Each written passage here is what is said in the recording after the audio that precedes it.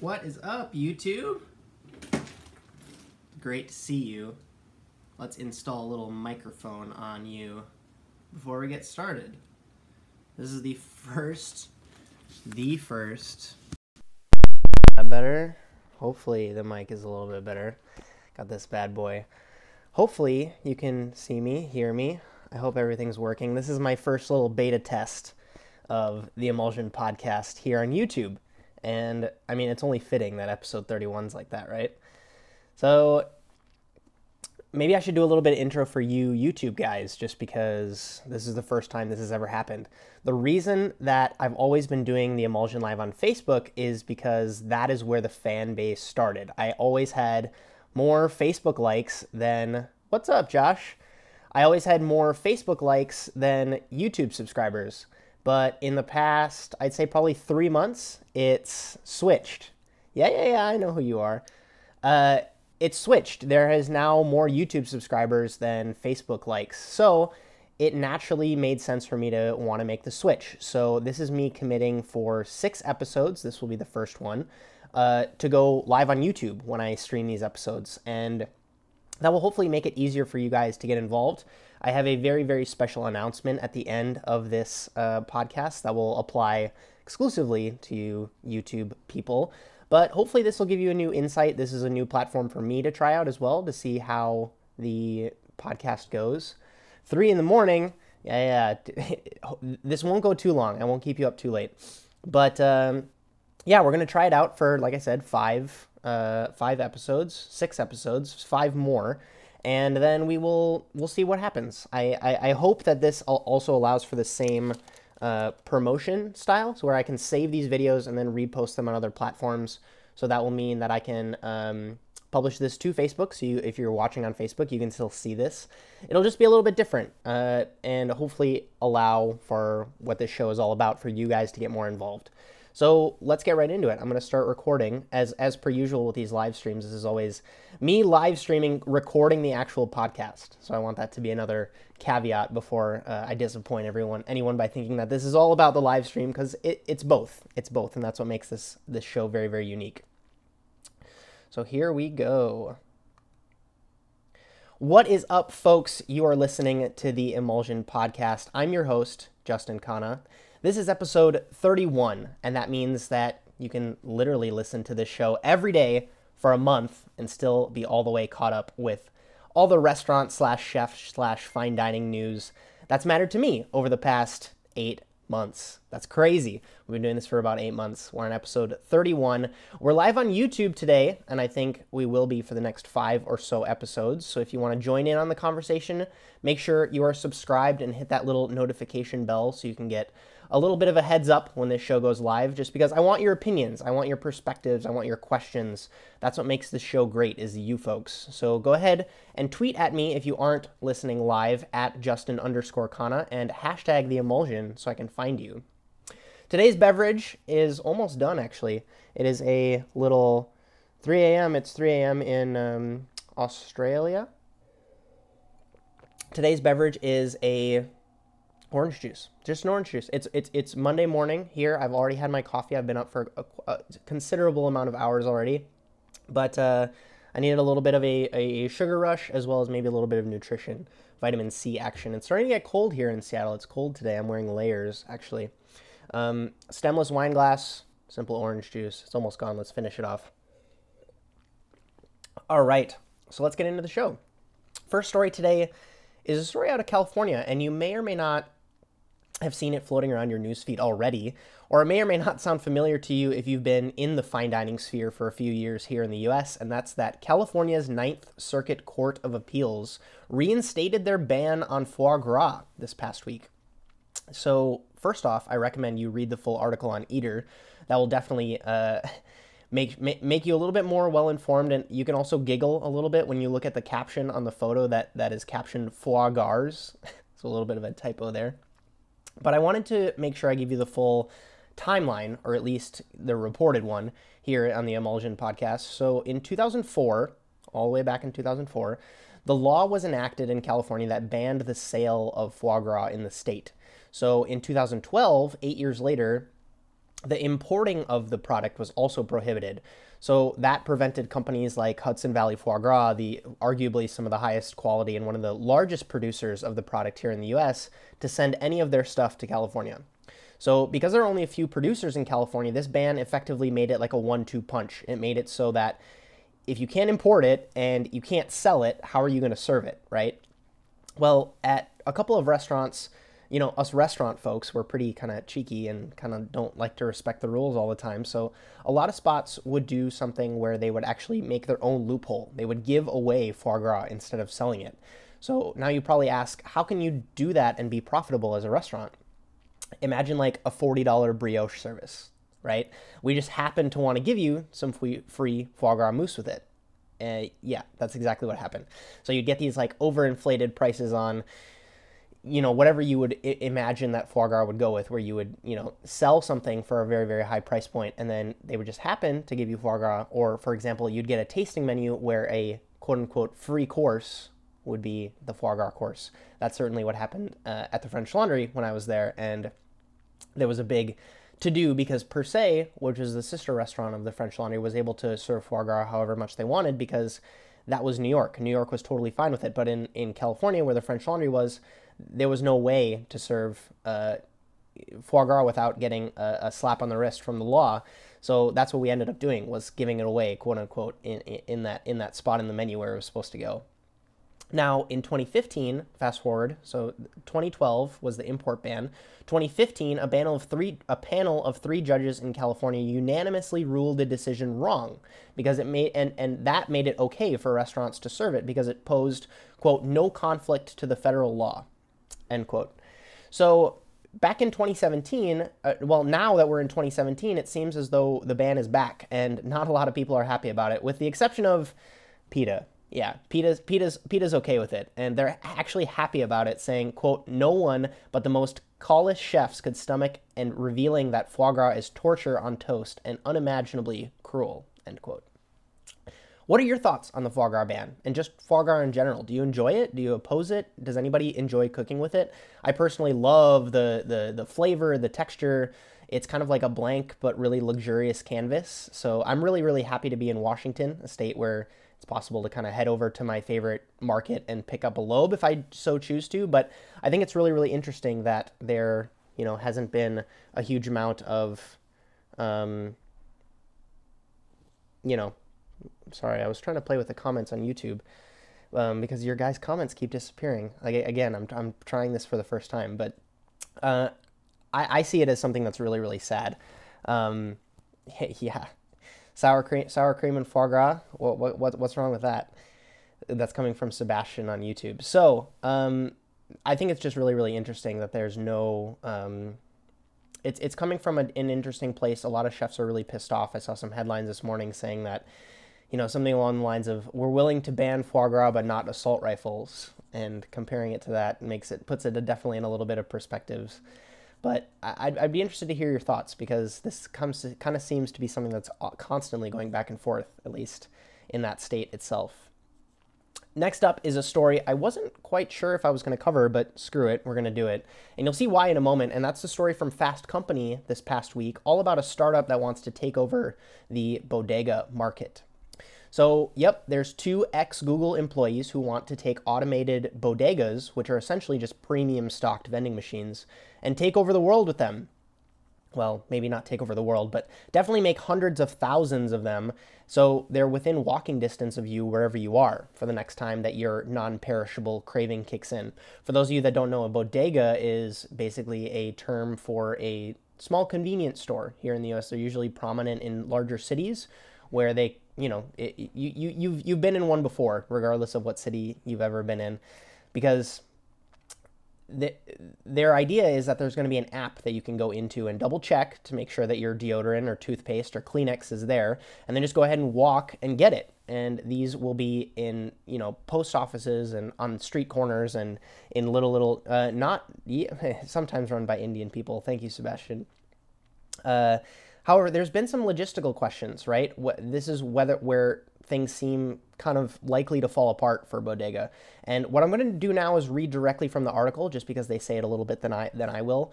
Quote, even with their Wi-Fi connections and app-connected camera sensors, the units themselves are still just offering consumers a basic model of unmanned commerce, only with smaller, fancier machines to process the transactions. What Bodega offers as a differentiator are the number of unique products per unit, 100 products per unit, where the average vending machine has between 20 and 40. And the promise is that the products will not just be tailored, to their general environments, protein bars in the gym, tampons in a sorority house, but to their specific users. A promise of machine learning will, as Fast Company explains, constantly reassess the 100 most needed items in that community, which is super interesting, right? Because you could essentially have a community where everybody wants to go out and get a very, very specific brand of granola bar because there's, a huge following of people that are gluten-free in that neighborhood, or there's and the machines will learn that and then be able to be constantly restocked, so that if you as a consumer constantly visit that vending machine and buy the same product over and over again, the machine learning will ideally make it so that you can get that product every single time you go. But apparently there's a huge amount of logistical problems that this company is facing. But I think about, and when I say logistical problems, I mean things like, how do you restock these machines? How do you make sure that every single time that consumer that's loyal to that quote-unquote bodega goes in, that they can always have what they want? Because if you have 100,000 machines, how do you make sure that scales properly? But when I think about questions like that, I think about Uber and how basic that app was when it first started, or Airbnb, for example, and how all of them have evolved with scale.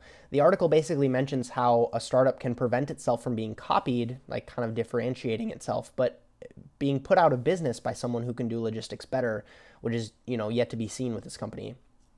And now to the reason that I wanted to cover this story, because you're probably thinking, why does this matter to me? I came here for chef news. But it matters because it's disruption through technology, and it's happening to a ton of different industries. And I want to make you aware of it. I want to make sure that you're thinking about it so that you can effectively adapt as the future becomes present, right? Look at Japan. The vending machine culture there is insane. They've taken machines and replaced humans, and it's been working for years. You can literally go up to a tiny noodle shop. Now, this is not a vending machine story. This is actually a restaurant story where you can go up to a tiny noodle shop, tap a screen a few times, and then you can walk inside and sit down, and in a few minutes, a piping hot bowl of noodles gets slid in front of you. There's no backlash there, right? At least not anymore. It basically just saves time and money, and that's what people are willing to pay for. Maybe it's just me living in a city that's essentially supported by Amazon, a huge company that will no doubt buy this bodega company if they ever become successful, and then just turn all those tiny vending machines into even smarter, better stocked machines. And who are we to complain, right? There was a backlash when Uber came out against cab companies because this quote-unquote new app was destroying small-run family cab businesses. But who's to say an idea like that couldn't have come from inside the cab companies themselves? Who's to say that this bodega idea can't come from inside a bodega company themselves? Why didn't one bodega on the Lower East Side of Manhattan ask themselves, how can we put ourselves out of business, and then work to make that happen? This internet thing disrupts a lot of stuff, and it's only going to keep happening. Make sure you adopt that mindset, because I want all of you to win, everybody who's listening to this show. How can you use technology to your advantage and go on the offense and make most of these amazing tools that we have at our disposal useful for you? What are your thoughts on this? It's super interesting to me, aside from the name. I mean, they could have named it something other than bodega to kind of differentiate it from that. But it's interesting to me how the backlash happened to this company in a very, very 2017 environment. Next up, and a super depressing story out of Napa, California, the city where I used to live for 2 years, is suffering from dried grapes. That's right. The world-famous wine region suffered 3 days of triple-digit temperatures last week. For all of us Fahrenheit people, that's, I think, plus over 35 degrees if we're thinking about Celsius, which is, it's crucial because this is the harvest time. So this is where the grapes are pretty much ready to go. And because it didn't get cool enough at night, a ton of these wine grapes essentially turned into raisins right on the vines. So coming from a year of drought the past few years, the winemakers were actually really excited to get a decent yield this year, and they were unfortunately met with an unexpected loss, which is crazy sad because the article quotes The best we can hope for is that they become dry raisins, which can at least go into cereal boxes, end quote. So if you buy cereal in the U.S. over the next couple months, maybe you'll actually find amazing quality wine grapes being a part of that, which is super sad, right? Global warming, bad luck. It's going to be interesting to see what the 2017 vintages of all of these coming out of all these wineries is like. There's always a story that goes along with every year, but when the vineyard owners are citing shriveling up of almost half their crop, it's very, very difficult to say how things are going to fare for the Napa Valley going forward. Next up is an interview coming out of EATER all about Jen Agg, who is a restaurateur out of Toronto, where the article published is titled, quote, "Bro culture is a problem for restaurants," end quote. I just want to give you a few quotes from Jen first. When asked, well, bro culture is about, quote, masculinity rather than, quote, men to some degree. Do you agree with that? She answered, no, absolutely, but women who operate within that system might feel the need to conform or adjust or joke around in the right way. The issue is that if you are in a leadership and you think that this bro culture is camaraderie, you might not actually be looking at your situation all that clearly. You've got people under you who are young cooks, young dishwashers, young servers, whatever. You're setting the tone in your restaurant. You're saying racist jokes, sexist jokes, rape jokes, whatever kind of ugly fucking jokes you think are funny. And your young kids want to keep their job, so that becomes acceptable and gets repeated. And then you can be an inspiring leader, a good chef, a good teacher, and a shitty bro all at the same time. And I think that's what people forget sometimes, that we contain multitudes. You might want to learn from this bro as a young person. You might want to be aware enough and woke enough, for lack of a better word, to understand that it's shitty, it's a bad environment, and that this person is being awful. But what do? Do you go to your boss and say, you know what, man, I feel like that joke was kind of racist? No, you don't. When asked, why is it so hard for people to stamp this out? She answers, because it's the water you swim in. There's this sort of idea that in order to make great food, you have to be tough. You have to work that 16-hour shift. 12 hours isn't enough. I know it's a key buzzword, but it's toxically masculine. I think that you need to set the tone. Everything is top down, so when shitty things happen in restaurants, the owner is responsible in some ways. I think owners need to take more responsibility in that sense instead of just going, oh, I had no idea. I've had people criticize me super publicly and say, well, that's just how restaurants are. She wants to take the fun out of kitchens. And it's like, no, I swear like a sailor, and I tell funny stories that are maybe not super PG, but they're not making someone the butt of the joke. That's the only point here. When you're making people feel uncomfortable, feel humiliated, that's where the line is, end quote. And this story hits super close to my heart on a couple different levels. One, because I grew up in a ton of kitchens that had this bro culture. I never really agreed with it, and that's probably one of the reasons why I was never super popular in a lot of the restaurants that I started off in. It just never felt right, and that all changed when I went to Norway, and my chef Christopher Hatuft not only didn't tolerate any racist or sexist jokes or any of that, but he was also supremely open to me destroying the screaming, aggressive culture of the kitchen when I became a sous chef there. I just didn't tolerate it, and it became incredibly productive for me and for everyone around me to work. Ideas flowed better and morale was better. Not to say that everyone enjoyed it, because it's hard when you become insanely skilled as a cook in that kind of bro environment and then come to a place where they aren't doing things that way, and you have to kind of reevaluate how you behave. So no, it wasn't for everyone, but it's something that I want to emphasize to you folks, is to be that voice, right? It 100% comes from the top, like she says, and you don't, I know, have 100% control over that when it's not your space, your establishment, your restaurant, your kitchen, but at a certain point, the buck can kind of stop with you if you're the one that decides not to either laugh at that joke or not, like, if you can tell that person that what they said is not okay. I'm going to kind of get off my soapbox now, but I hope covering this story has made you at least think a little bit about the culture of the kitchen that you work in, and how everyone who listens to the Emulsion podcast can work to kind of better the industry in some way for the next generation. Next up is a couple of quickie stories here before we get into today's non-industry story. And here's a great place for any of you folks watching live to kind of get your stories or questions in before we transition. I'd love to see those comments roll in so I can talk about whatever you guys find interesting over this past week or so. So first quickie story comes from the Emmys last night. Lena Waithe and Aziz Ansari won an Emmy last night, all for their Thanksgiving episode on Master of None, the kind of food-centric Netflix show. And the reason that I wanted to cover it on the show today, not because of the award itself, which isn't really industry news, I guess, but the award was an outstanding writing for a comedy series. But I just wanted to basically quickly reinforce the idea to you all about how can you think about food differently? How can you tell stories using food that's not traditional, right? Hopefully you go into your week or Monday, if this Monday is your day off, and you think about that. How can you use media or art or sculpture or stage performance and bring your food into that in some sort of way and reach a bunch of different people in a different way without the traditional, kind of having dinner kind of happening. Question from Josh Burridge. My opinion on gastroparks closing. I need a little bit more information. Can you tell me a little bit about what gastropark is? And then there's another question all about chefs using drugs. I've covered this on this show before. I never did drugs. That's not to say that I've never done drugs. I've experimented with marijuana. I've been drunk before in my life. It's not to say that I'm a complete angel. However, I made a very, very quick decision when I was probably 20, 21, which is right around the legal age where you can start drinking here in the US. And I discovered quickly after a few nights of not being drunk that it doesn't help me. I don't like feeling not in control and coherent. I like being able to know that people can rely on me and can count on me.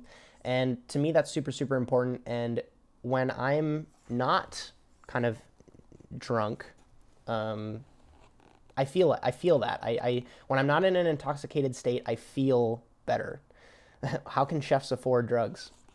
That's a great question. And we've covered that on this story before as well, where it's kind of like a vicious cycle of being a server, and how can you make so little money and then channel what little money you have back into this thing that makes you not productive, and then also it's such a vicious cycle, and I think it's really, really frustrating to see that happen. And it's unfortunate. It's unfortunate that's a problem that plagues our industry, and it attracts those kind of people.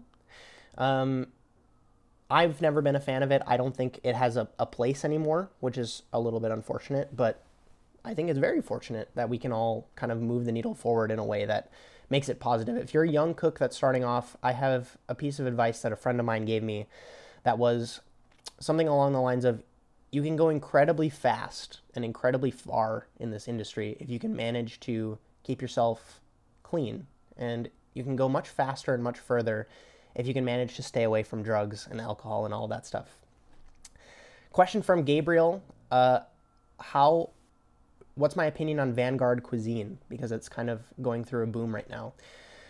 I think that we are in an interesting time where cuisine, at least in the past few years, has had this a little bit of a boom with something along the lines of the modernist movement giving it this huge influx of modernist technique and focusing on, I hate to say gimmicks, but interactive, unexpected presentations of food.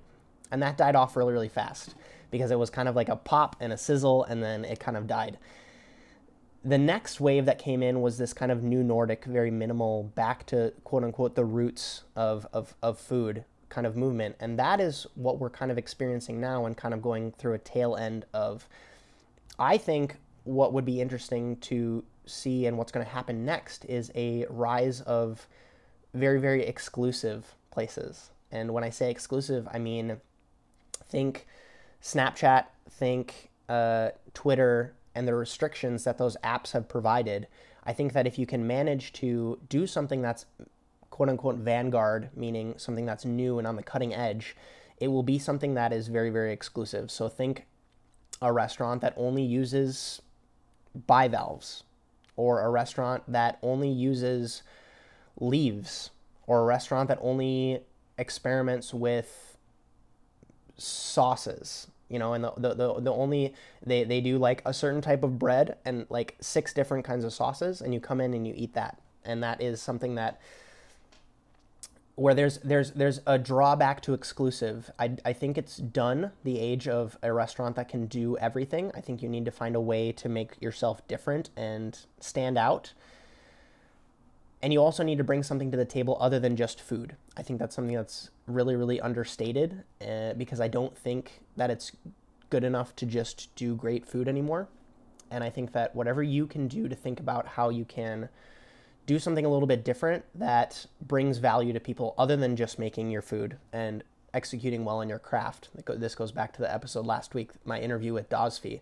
How can you not only master your craft, but then bring something else to the table, something that's different, and create your own niche where you can become that master at what you do? I think that's what's going to propel Vanguard Cuisine forward, is we're going to get this insane influx of specialists, people that are very, very good at certain things. And that's going to be super, super interesting. Keep bringing your questions in. I'm loving this. Quickie story number 2, Journey, the industry education and awareness platform that was launched by a gentleman by the name of Anthony Rudolph, had to close its services the other day. It was very, very sad to get that email. The lack of funding is the clear cause here. And that is basically why they had to close. It's just super, super sad to see something that was focused on helping the industry shutter like that. I've reached out to Anthony, I've emailed him, and we've met before. He used to work at Per Se, and I did as well, but I'm working on getting him on the show, so hopefully we can talk soon. Have you used Journey for anything? Have you seen any of their articles or attended any of their symposiums? Has it brought you any value? What would you like me to ask Anthony if I get a chance to interview him on the show? Definitely leave some words in the comments for me on that. Another quick question that just came in is, what was a famous chef that I would like to have on the show? Good question. I really, really enjoyed my interview with Sam Bartolazzo of Cheap Feed the other day. He is a young Australian chef who is kind of on the up and up and thinking about food differently. I would like to, again, work or learn from someone who, like I just mentioned, is doing something very, very niche, very standing out, very cutting edge, where they are focusing, they have a very, very clear vision, and they're focused on making a difference in some sort of way, making a dent in some sort of way. That is who I'd be interested in. From the top of my head, I don't have an insane list of people. Aside from like the big dogs, right? I would love to talk to Anthony Bourdain. I would love to talk to David Chang. I would love to talk to some international chefs, ones that are, you know, kind of hidden and don't often get their story told in a way that's very down to earth and real. I feel like a lot of the ways that a lot of these chefs get coverage sometimes is very, very romantic. So think like Chef's Table or any of these mini documentaries where it's very like grandiose and opulent and it's all about making them seem like these gods of cuisine. I would like to sit them down and like get some real talk with them, like talk with them from a chef's perspective and talk with them about their views on certain things that may or may not be controversial, that don't do well in kind of like a Netflix documentary style show, but would do great on a show like this where they can just kind of do real talk, real spit. You know what I mean? Last up, and a story I'm super pumped to share, is that I'm on EATER. I was on EATER this past week. I felt like I didn't put enough emphasis on that. EATER Seattle did a great write-up on Seattle's most exciting pop-ups, and my pop-up series that me and my team at Mixed Projects are executing, which is called Ready, made the cut. So I'll leave the link down below so you guys can read all about it. Of course, I'm super pumped about it because it is so new, and it is something that we just started, and the fact that we're getting a little bit of media coverage right now is super, super exciting. I also kind of like that we're super far down on the list. We're not like the first pop-up that got covered. And I kind of like that. I like knowing that we have like a long way to go. I like knowing that there's work still left to be done. And I'm working hard on a way to get more content to you guys on what we're up to, because that's a huge part of my thesis. That's what I want to use to stand out, and that is providing content to you guys on what I'm doing through cooking and executing and education and all of that. So that is where I guess we'll segue into my special announcement that I announced on the very, very first part of this episode. And that is that Patreon, which is a platform that I'm currently playing around with, is hopefully going to go live this week. And that will be for you guys. And it's something, it's something that you guys can do to support what I do and my vision for what I want to execute on. Expect all of that to kind of get launched this week for you guys, more details. It's going to be nothing but content on content on content that just gets better and better for you folks. So I'm super, super excited to jump on Patreon and see what we can do with it together. A couple more questions coming in. Do I think that there's a way to make money in high-end cuisine? This is something that I learned back in the day in Norway. Well, I guess I learned it at a couple of different restaurants. So when I was at Per Se, and when I was at this restaurant called Grace in Chicago, I learned that fine dining restaurants don't really make money. I learned that there has to be some sort of an empire to it, right? Where you have to have the very traditional business model of the big fine dining restaurant that's very, very opulent and gets all the stars and all the accolades. And you also have to have that kind of, that started off with basically Paul Bocuse, where he has the little tiny little bistro that churns a lot of covers out and actually makes a margin.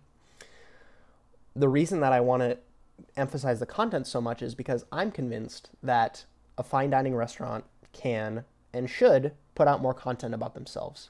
There's a ton of interesting and valuable information that can be gained from learning about a restaurant. You can basically learn a ton from just watching, especially if you're someone like me who learns a lot by watching, and restaurants don't put out enough content about themselves. So I'm trying to play around with the idea of how does a restaurant that puts out a ton of content about themselves make that margin back, right? So how does a restaurant, oh, my phone's going off, sorry guys. How does a restaurant make money through content, not just food? And that's currently what I'm playing around with, and that's my whole thesis, and that's why I've started with things like the emulsion, and why I'm starting to play around with things like Patreon, and all of that stuff with you guys. Is there a chef that I would like to work for? No. Yes, I would love to spend some time in Japan. I would love to spend some time with someone who is insanely good at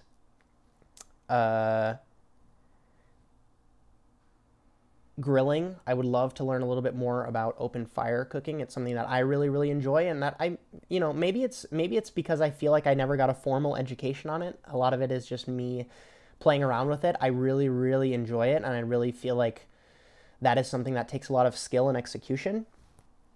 Content, by content, I mean videos, articles, podcasts, photos, tutorials, everything that I've already been doing. I just want to scale it more. I want to do more and more and more of it because it's something that I love and something that I know brings value to a lot of people and something that scales more than a restaurant does. So back to the chef question, I think that it would be more very, very focused technique. I would love to learn how to butcher fish in a new way that I've never learned how to do before. I would love to learn how to do very, very simple techniques and learn principles that I can apply to different, yeah, I loved Echebari in Spain. I loved my meal there. That would be something that I would be insanely excited to do. The problem is I've heard a lot of stories about going there and you don't get to work the grill because Chef Victor is always the one that's cooking on the grill. And that's something that goes back to the content part, right? Where, if someone was just in that kitchen recording him and putting out content about it, with the amount of experience that I have, I feel like I could confidently watch him and then actually get the same amount of value out of it as I would actually being there. The other thing is, with the content part, I can actually scale the feedback too. You guys could hopefully, give me a little bit of a questions and answers, and I could actually give back to you guys in some sort of way where, you guys already do this all the time. Like right now on Instagram, on Twitter, you guys send me your questions and I'm super, super keen to answer them. It's getting to a point where, I want to be able to do more with it. I want to be able to have you guys send me videos and have me able to give you feedback. I want to be able to start to post videos of myself cooking and actually address you guys in the actual thing. I want to be like, hey James, hey Henrik, these are something that applies to you guys and the question you guys answered last week, or the questions you asked last week. So all of that is in the pipeline and something that I'm currently working on to bring to you folks, and just something that I want to emphasize as something that I'm thinking about constantly to differentiate myself. Last up, and our non-industry story has to be all about Apple's events they did last week, where they revealed the new iPhones. I swooned over the iPhone 10, but alas, I've got the 7 Plus, and to me, there's not enough reason to upgrade yet, so I'm going to wait until the X2, the 10 2, the 11. Who knows what they're going to call it? They skipped over 9, so there's no rules anymore what it's going to be called. But I always get excited over new Apple tech. I am kind of a little bit of an Apple fanboy. I did pick up the Apple Watch Series 3. That's on the way for me in the mail. So I can hopefully go for runs without my phone and stay without my phone, stay on top of my messages when I'm in the kitchen using my watch. I'm definitely pumped to see how I use it, at least that piece of tech, once it arrives next week or this week maybe. I'm not entirely sure. I'll keep you posted. It's got a red frickin' dot on it. How could I not cop one? You know what I mean? So with that, this has been episode 31 of The Emulsion. Thank you so much for listening. If you have stories that you want covered on next week's show, shoot me all your articles and all your headlines and all your stories and all your questions on Twitter and hashtag The Emulsion so I can find them. Again, my username is Justin_Khanna. And leave a thumbs up on this video if you consume that way, whether it was special edition on YouTube Live or, on Facebook when I can hopefully figure out how to repost it. Consider leaving a review on iTunes if you listen to this podcast there, but regardless of where you are, I appreciate your ears and hopefully your eyes. So thank you. Thank you very much. My name's Justin Khanna. Have a good one. Any other last minute questions for you YouTube folks? Special announcement was Patreon. I'm going on Patreon, and I hope that was conveyed. I'm going to be on Patreon at least for my personal YouTube channel going forward. So that is basically a platform where you guys can support me in some sort of way to make my content a little bit more regular. Patreon is a site where you can basically subscribe in a different way to my channel and support me so that I can get more resources to make this channel better. I want to bring on a videographer. I want to bring on a audio producer so this podcast can start becoming a little bit more produced and better. That means more regular videos, more freed up time from me where I can quit all of the other, side hustles that I have going on, making sure that I can pay my rent and focus exclusively on creating content for you guys and cooking more. So I'm going to do a full introduction for all of you VIP people that are already here on YouTube. I have a video all about, where are they? They're not on my desk. Oh, I have a video all about these coming out today, maybe tomorrow. These, and then a Moribashi pair of chopsticks that I've been reviewing for the past few weeks at all my dinners. So we're doing a little side-by-side comparison on plating with chopsticks versus tweezers. So that's going to be a super interesting one. As well as I'm going to announce a super interesting cookbook series.